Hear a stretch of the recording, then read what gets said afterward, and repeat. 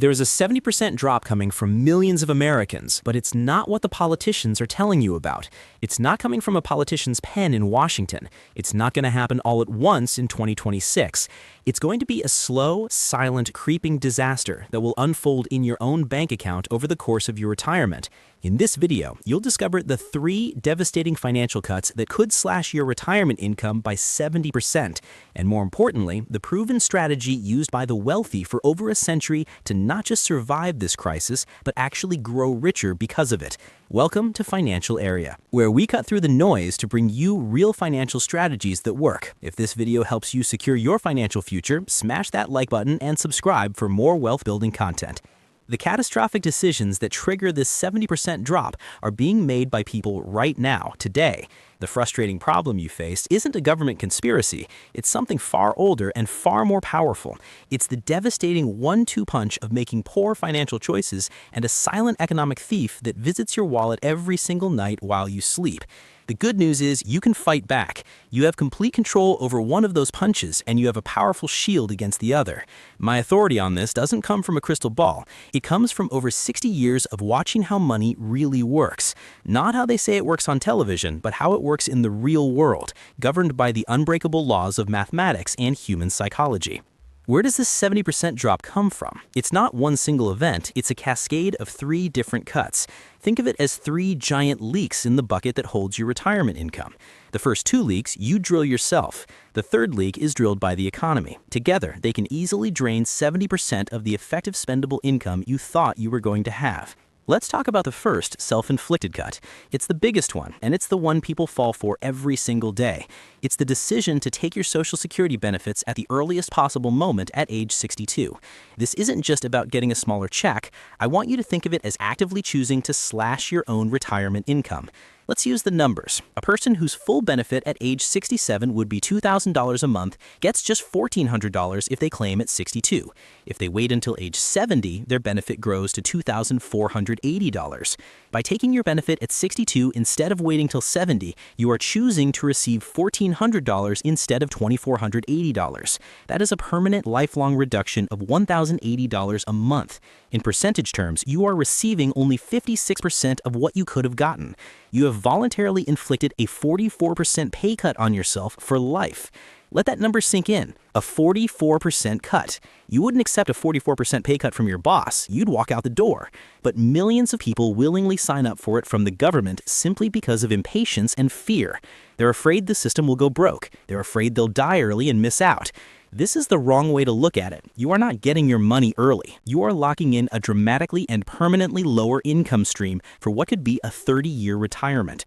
That's leak number 1, and for many, it's a 44% gash in the bucket right from the start. Now for the second self-inflicted cut. This one is less obvious, but just as damaging.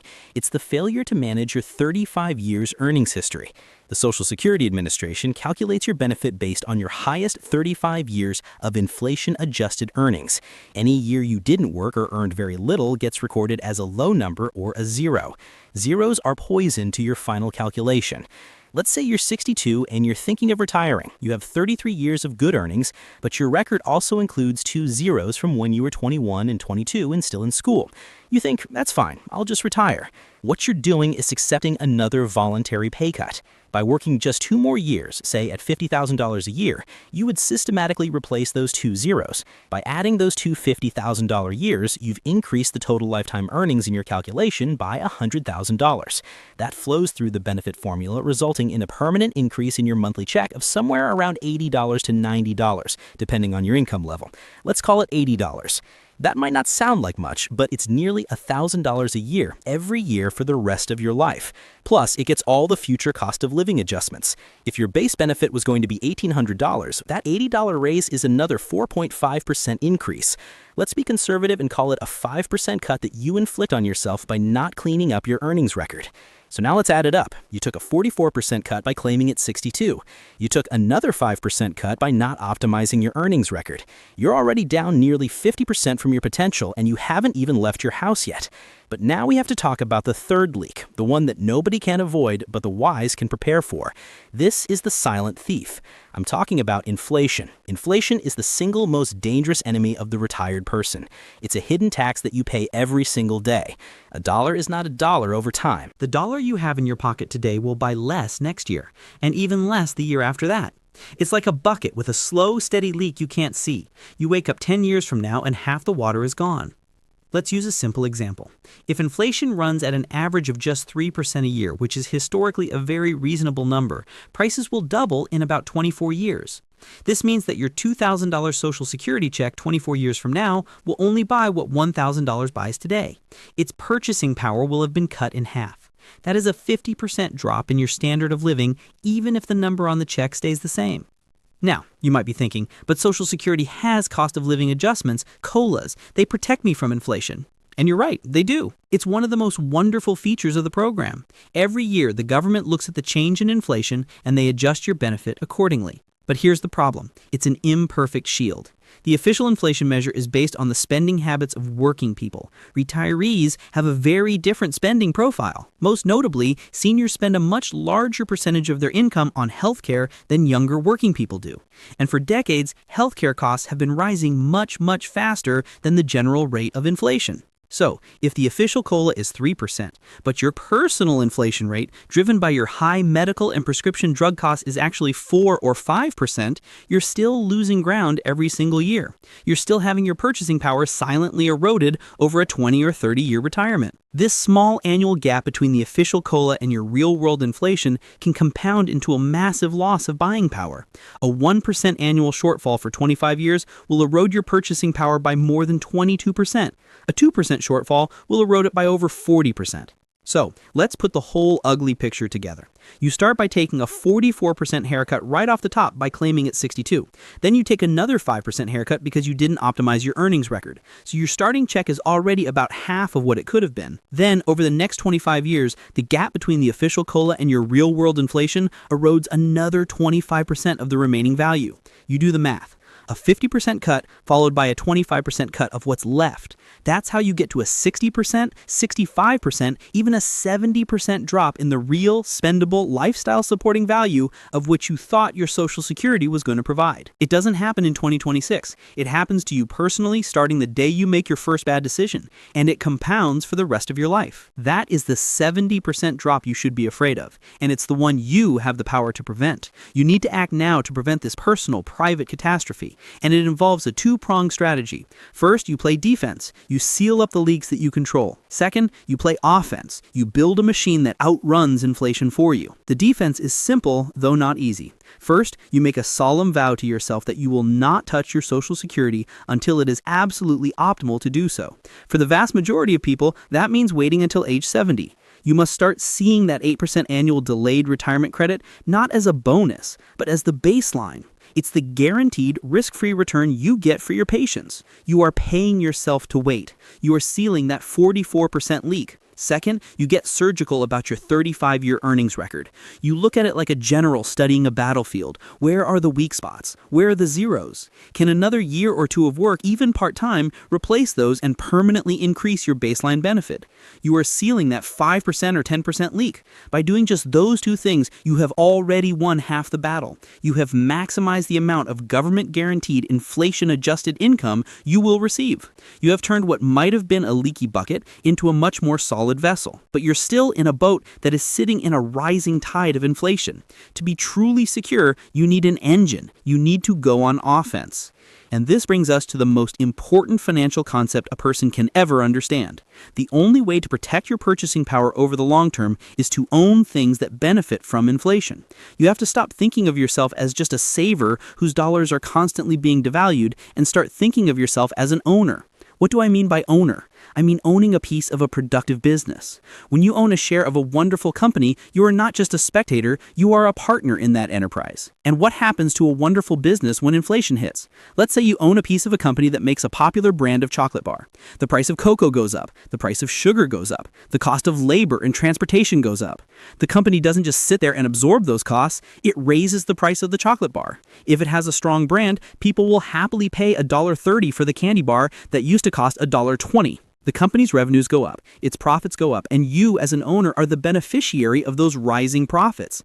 A great business is a machine that takes in inflation and spits out higher earnings. A pile of cash in a savings account is a machine that takes in inflation and spits out loss of purchasing power. They are mirror opposites. One is an ice cube melting on the sidewalk. The other is a snowball rolling downhill. You have to decide which one you want to own.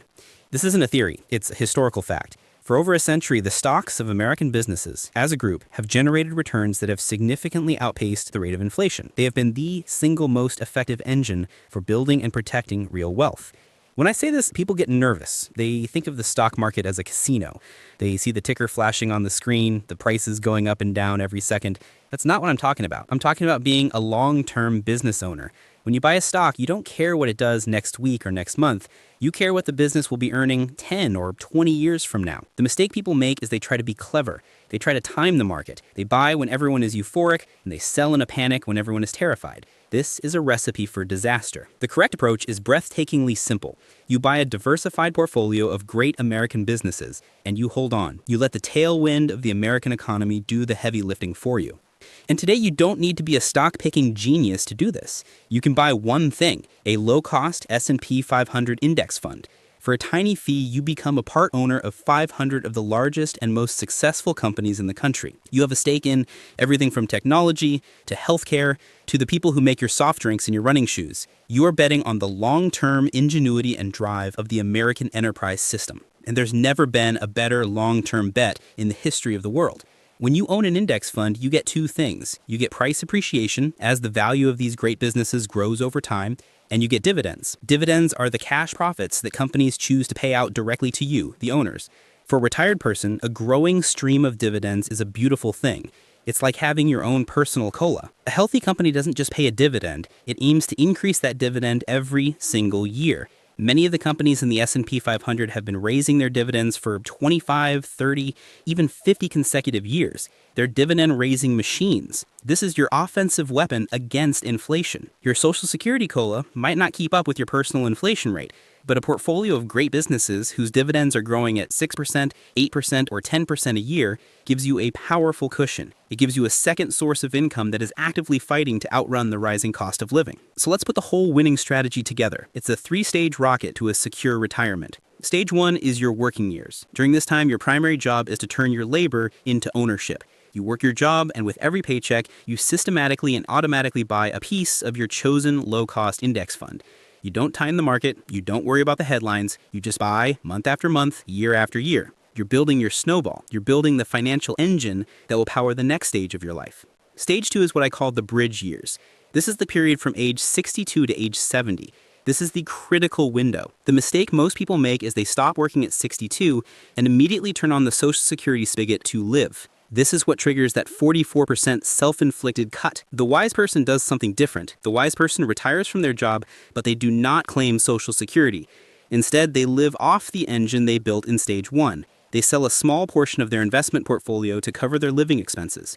Think about what this accomplishes. During these bridge years, your Social Security benefit is sitting in the background growing by a guaranteed 8% per year. That is a higher guaranteed return than you will get almost anywhere else on Earth. You are letting your single biggest, most secure retirement asset compound at a fantastic rate. You're using your own savings to buy a much, much larger Social Security check for the rest of your life. It is the single best investment you will ever make. You are trading a small piece of your portfolio today for a massive, lifelong inflation-protected income stream tomorrow.